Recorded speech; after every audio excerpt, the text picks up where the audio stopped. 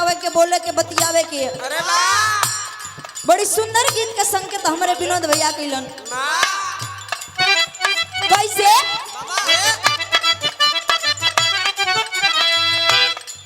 खाके पहन जानी जान तू महारा हो।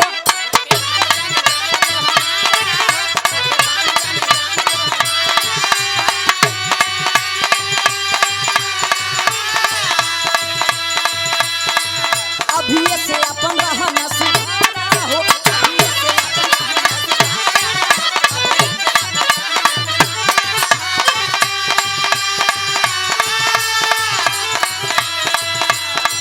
खाके पहन जानी जान तू महारा हो। अभी से अपन रहना सुधारा हो।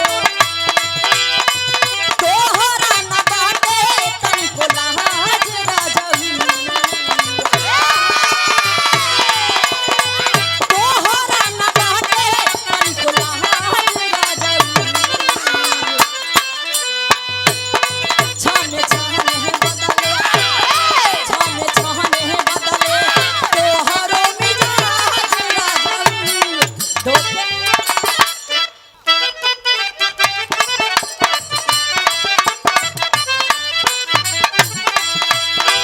तोहरा न बाटे तनिको लाज राजऊ।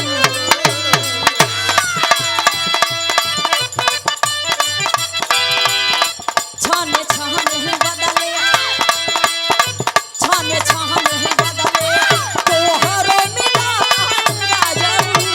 धोखेबाज राजऊ। और क्रम सम्मानित शिवराज सिंह यादव अध्यक्ष जी, हम लोगों के हृदय के गार्जियन आपकी तरफ से अमूल्य 500 रुपये का पुरस्कार, साथ में सुंदर पुष्पहार।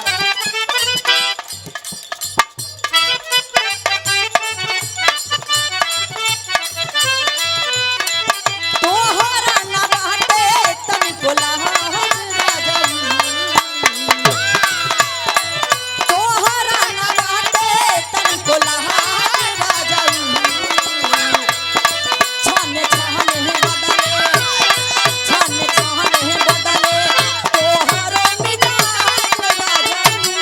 धोखेबाज राजऊ। धोखेबाज राजऊ।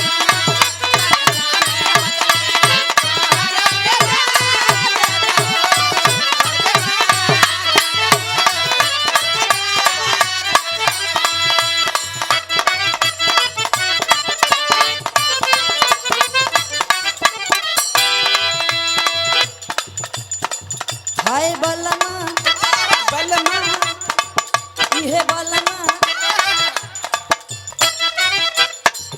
हाय बलमा इहे बलमा हाय बलमा कदर न जाने बारी रे उमरिया। बलमा कदर न